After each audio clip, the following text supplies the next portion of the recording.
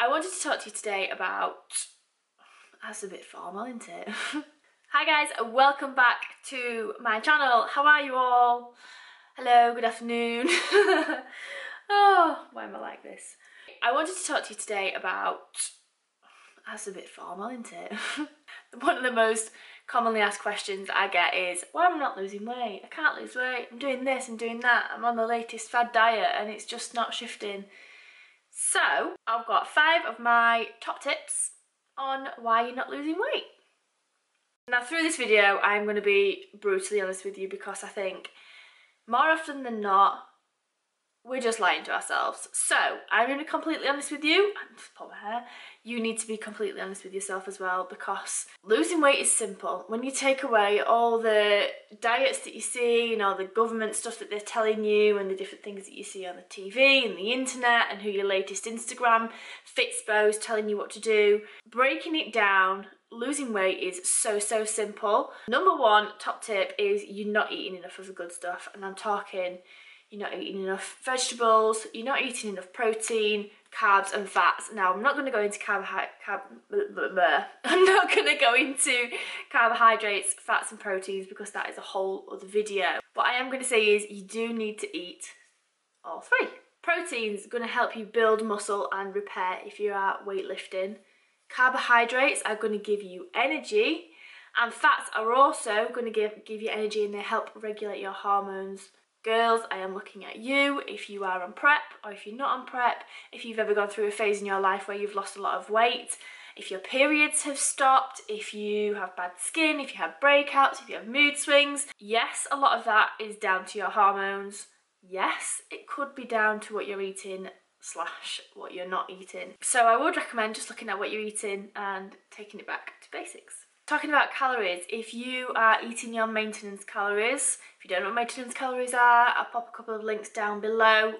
You can work those out super easily. There's so many different websites and like calculators and things that you can use to work out your maintenance calories. If you are eating your maintenance calories, you are not going to lose weight.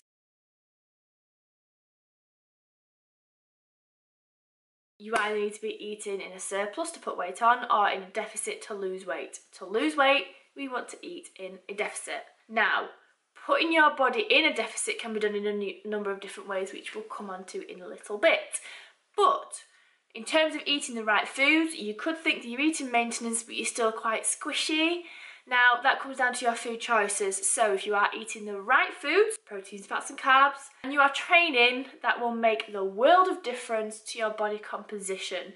Now, what I mean by that is you could lose weight. What we want to do is lose body fat, not overall body weight. So we want to keep your muscle that you're actually building and lose body fat. That is going to help you tone up, which is just essentially building muscle, and it's going to help you look nice and full and get that shape that we want, whatever that shape may be.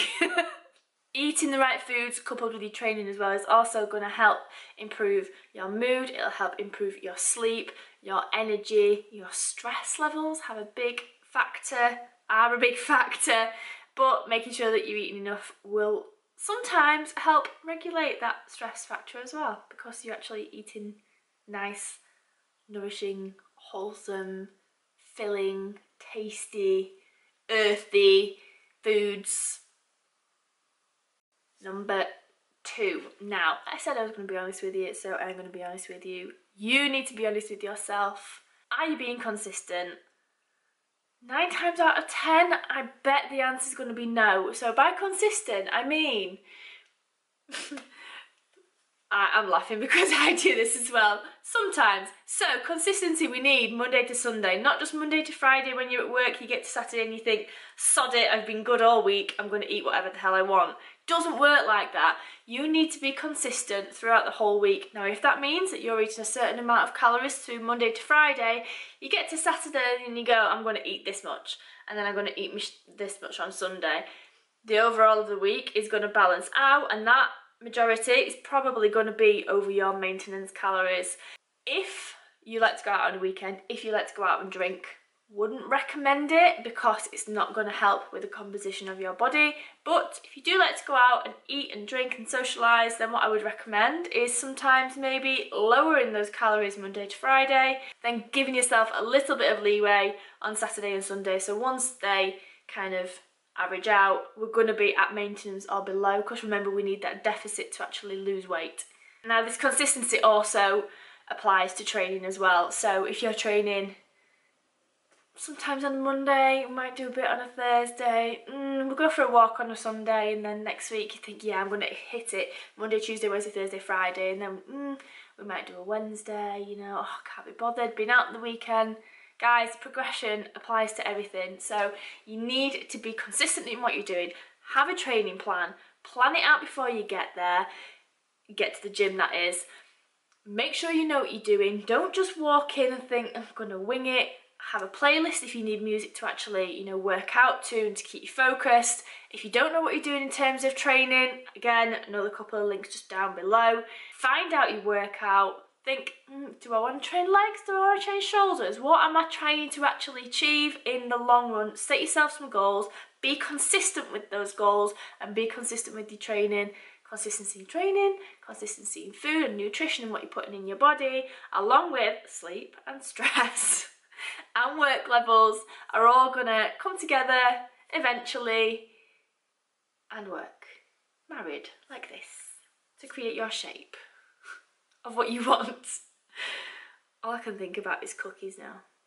That swiftly brings us on to number 3. Are you doing enough? Are you moving enough during the day? Are you actually doing enough? Doing doesn't necessarily just mean when you are in the gym. I wear a Fitbit. If my clients have got Fitbits, I recommend that they use them. If they haven't, or an Apple Watch or something like that, just something to keep track of your daily steps and daily activity, because there are days if I'm working from home. Yesterday, for instance, I wasn't very well. I was sat at home. I did maximum 4,000 steps in a day, which is poor. If I'm in the gym with my clients, if I'm training myself, if I go out for a walk, I can do 10, 12,000 steps a day. Now that needs to be consistent across the board. So I recommend that you get a Fitbit if you haven't got one and track your daily steps just as you would go about your normal life, whether you are walking to work, you go walking to the bus. If you live in a city, which I don't, so it's harder to get my steps in, then even better because you've got to walk to numerous different places. So get your kind of baseline of steps and make sure that you do those every day. Aim for 8,000 to 10,000. That's kind of a good level to be at. If you're at a desk, you work at a desk job, you are going to find getting those steps in a lot harder as well. So walk up and down the stairs rather than getting in the lift, or, you know, get off the bus or the tube, stop earlier and walk. Do what you can, and the more active you are during the day, the less you're going to have to do in the gym. This then brings me back onto training, what we were just saying. So if you're only training for 3 hours a week, guys, 3 hours out of your entire week, I'm not going to do the maths. Hang on, let me think. 24 hours in a day. What's that? That's 60, 72 in 3 days. Oh God, I don't know. How many hours? Insert. So if you're training 3 hours out of your entire week, look at all that spare time. When you can do more, do it. I'm not talking going out and walking for hours and hours, but the more you can do without having to think about it, the better. Point number 4. This brings me back to the first point.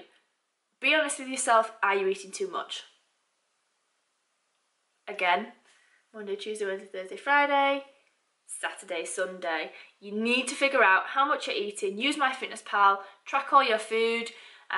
Don't change anything just for a week. Write a food diary, write all your drinks in, those lattes, pumpkin spice. I know they're back in. Not a fan myself, but also probably got about 500 calories in a drink. Yeah, I like to eat my food, not drink it. Essentially, it comes down to calories in versus calories out. So you want to be in a calorie deficit in order to lose weight. Calories in versus calories out, that means what you're eating and consuming in the day, and then what you're expending through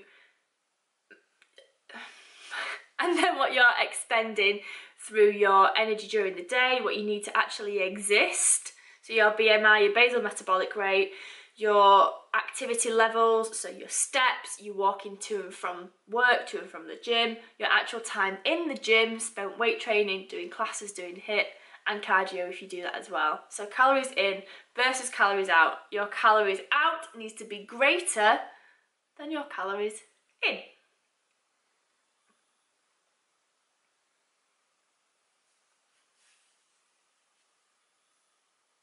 The two ways to change that kind of balance is to either increase the the two ways to kind of balance that out is to either increase the deficit of your food, so eat less, or increase your expenditure, so do more. Do one or the other first, see what changes your body makes, and then change the other. Changing them both at the same time can sometimes result in a bit of confusion because you don't really know what works best, and then you just kind of end up going around in circles.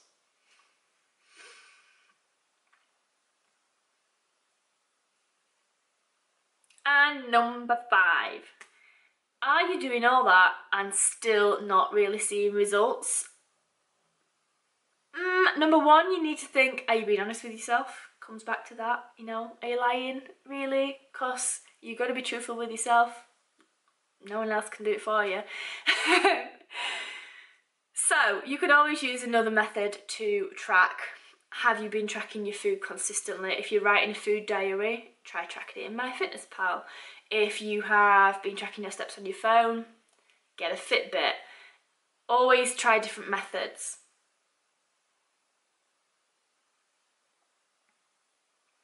If you are training and lifting heavily and having a good nutrition plan consistently, that is going to result in muscle growth. And if you don't know, I hope you do know, but if you don't know, muscle weighs more than fat. So if you're relying on that number on the scales, which I highly recommend you don't, that number is going to go up. Muscle weighs more than fat. So if you're growing muscle, the weight is going to increase. What I do recommend, and I've said this numerous times and I will always keep saying it, take photos, take your measurements and compare those two, as opposed to getting on the scale every damn day, looking at that number going up and down and thinking, what the hell's going on? Girls, you'll know it goes up anyway. I can literally go up 5-6 pounds in a day and then come back down the next day. So it's not really the best consistent way to track your progress.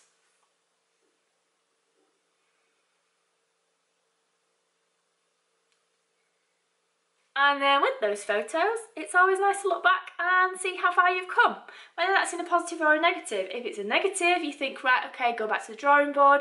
What do I need to reassess? What do I need to change? Again, go back to the deficit situation.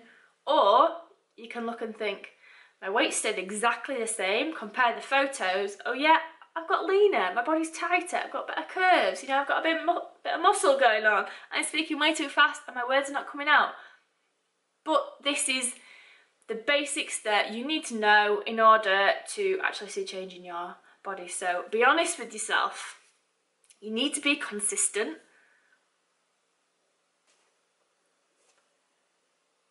That consistency is basically finding something that works for you and sticking to it.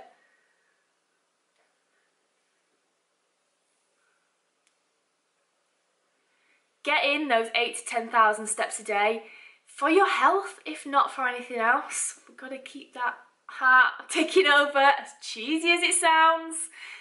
Your body's good to you, you've got to be good to your body. Health reasons, keep walking. Either eat in a calorie deficit or be in a calorie deficit from expending that energy and eating less. And do not rely on the scales. Photos, measurements, comparisons. I don't know what this is. Don't rely on the scales.